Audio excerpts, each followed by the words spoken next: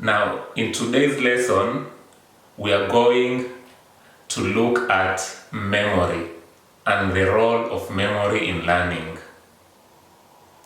Now, there are two types of memory which you possess. The first one is the working memory or the short-term memory, and the second one is the long-term memory. Let's start with the working memory or the short-term memory. This is the memory which you use when you are processing the information you are learning at the moment.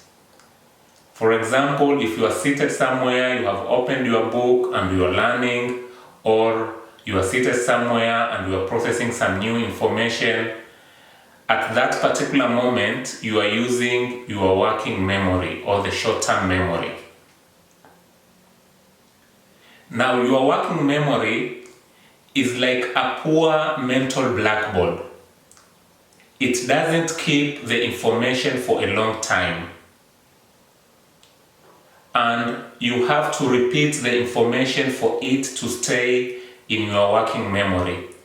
For example, if you want to write a phone number and you don't have a pen, you have to repeat that phone number several times before you can remember and write it and save it in your phone. At that particular moment, you are using your working memory. Then after a short period of time, if you don't repeat that number for several days, you are going to forget it. That's how our working memory works. They are like poor mental blackboard. After a period of time, whatever you store in your working memory or your short-term memory, you are going to forget it. And also that is the reason why it is called short-term memory. It means the information is stored in that memory for a short period of time. And the part of the brain which is involved with the short-term memory or the working memory is the front part of our brain. We call it the prefrontal cortex. And the capacity of our working memory is very small. Our working memory has only 4 slots which can store chunks of information. Therefore, you see, the capacity of the working memory is not big. We can keep the information there for a short period of time, and also it cannot carry a lot of information. We can relate our working memory for those people who have knowledge of computer or they know some computer basics. Computer also has memory. We have the RAM, the random access memory. Now that is the short-term memory of the computer. It is analogous to the working memory of our brain. Now with the RAM, let's say you are typing something in Microsoft Word. What happens is, if the power goes off and you have not saved whatever you are typing, it will disappear. Because while you are typing the information, it is stored in the short-term memory of the computer. For it to stay in the computer, you have to save the information so that it goes to the long-term memory of the computer. The same way our brain works. If you acquire new information, first it will go to your short-term memory. If that information is repeated several times, it will be transferred to your long-term memory and it will be stored there for a long period of time. But if you don't repeat or you don't practice whatever you have learned, after some time it will disappear because the information has been stored in the short-term memory. Next, we are going to look at the long-term memory.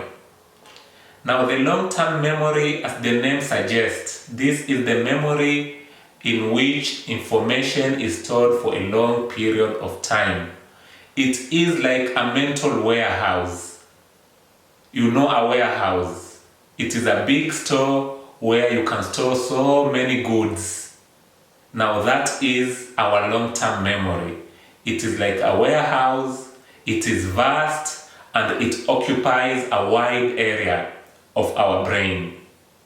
And in the long-term memory, we store all the information which we have acquired. Now, as in a warehouse, when things are so many, some of the things are buried. You cannot see, you cannot get them, or you cannot retrieve them very fast.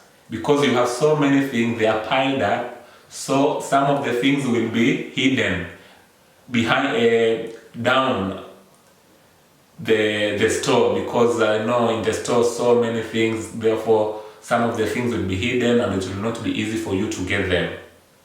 Now, how do you make sure that you can retrieve whatever you want from the store very fast? You have to arrange your material in a certain order, and you have to be conversant with the arrangement of the material in the store. Now, in the brain, it works in the same manner, but you can, how do you arrange the material in the brain? With our brains, you have to practice and repeat whatever you are learning so that you can remember easily. You can know this information, I kept it in this place, this information, I kept it in this place. And when you want to get that information, or when you want to retrieve that information, it will be very fast for you to retrieve the information or to remember the information which you have learned. The next thing which is very important, we need to know when you are learning, first of all, the information which you have learned will go to the short-term memory, as I have said. And the only way you can save whatever you have learned into your long-term memory is through two things. The first one is repeated repetition, or spaced repetition. Repeated and spaced. Actually, the right word to use here is spaced repetition, because repetition itself is repeated. Therefore, it should be spaced repetition. And another thing is practice. These are the two things which will transfer whatever you have learned from the short-term memory to your long-term memory. With spaced repetition, what it means is when you are learning something, for example, you have learned a new concept today, you have to give it some time before you learn it again or you repeat it again. And you have to repeat this information several times. That is the reason why those people who listen to music, unconsciously you memorize the song. How do you memorize the song? Because you are going to listen to the song for the first time. You listen to it again and again several times. You listen it today, you listen it tomorrow. Therefore, you space the listening to that song which you like. And after several repetitions, you find yourself, you have memorized that song and you can sing it. With learning, it is the same. If you want to memorize whatever you have learned so that it stays in your long-term memory, you have to repeat it and you have to space your repetition. You learn something today, you give it maybe 1-2 days, then you learn it again, you give it some days, you learn it again, until it is stored in your long-term memory. Also practicing, that's a skills.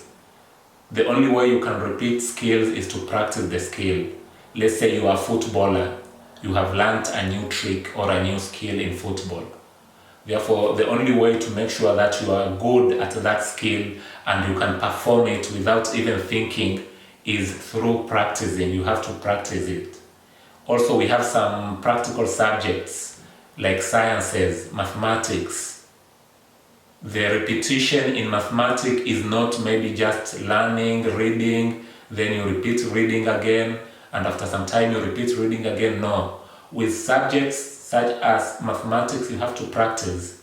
Now, when you practice the problem today, you practice a similar problem the following day.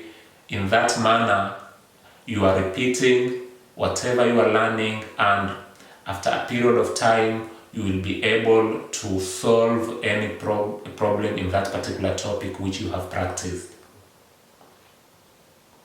Now basically those are the two types of memory which you possess, and the trick here is, as a learner, you need to transfer whatever you are learning from the short-term memory or the working memory to the long-term memory. And the only way you can save the information from the short-term memory to the long-term memory is by using two techniques which I have told you. Number one, spaced repetition. This is very important, spaced. Mark the word spaced here. You have to space the repetition. You cannot just sit and repeat something maybe 10, 12 times, the same study session, and expect that it will be stored in your long-term memory. No, that can't happen. You have to repeat a few times now when you are reading or when you are studying, then give it time and repeat it again. Number two, the second technique is practice. You have to practice whatever you are learning or whatever skill you are trying to learn.